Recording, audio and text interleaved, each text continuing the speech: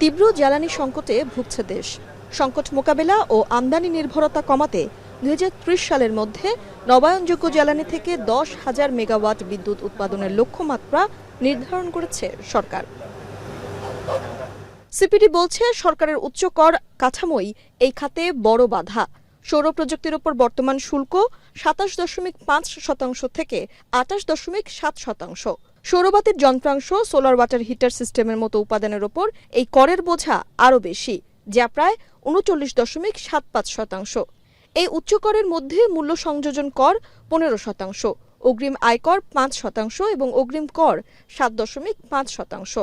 বিভিন্ন রকমের নবায়নযোগ্য জ্বালানিতে কোন ধরনের এই মুহূর্তে কোন ধরনের customs duty, supplementary duty, VAT, advance income tax, regulatory duty, advance tax এবং টোটাল ট্যাক্স ইনসিডেন্স, সেটা যোগ করে যেটা হয় সেটা হচ্ছে টিটিআই এই মুহূর্তে আরোপিত আছে।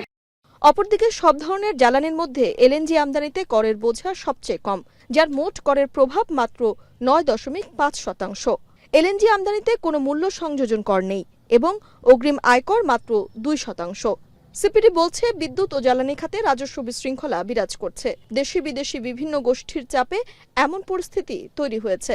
সিপিডি বলছে, বৈষম্য থেকে বেরিয়ে এসে পরিবেশ বান্ধব জ্বালানির পথে যাত্রার এখনই সময়। বাংলাদেশে এখন যে জায়গায় আমরা দাঁড়িয়ে আছি সেই শব্দটি এখানে বলা হয়েছে টাইটেলের ভিতরে, সেটা হলো রাজস্ব বৈষম্য। আমরা কোথায় সহায়ক রাজস্ব নীতি নেব তা না, আমরা আসলে পুরো উল্টো পথে রয়েছি। আমরা রাজস্ব কাঠামোর ক্ষেত্রে একটা উল্টো পথে বা উল্টো রথে উঠে আছি। অর্থাৎ কৃত্রিমভাবে আমরা জীবাশ্ম জ্বালানিকে প্রতিযোগিতামূলক দেখছি এবং সেই কারণে আমরা বলছি যে এটা অনেক প্রতিযোগিতামূলক। আবার কৃত্রিমভাবে কাউকে আমরা অপ্রতিযোগিতামূলক বানিয়ে রেখেছি, যেমন নবায়নযোগ্য জ্বালানিকে আমরা কৃত্রিমভাবে অপ্রতিযোগিতামূলক বানিয়ে রেখেছি।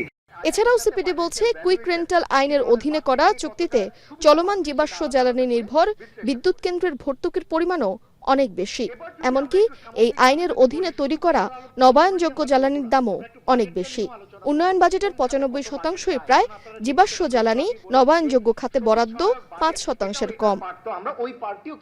তানজিলা খান মিম, এখন, ঢাকা।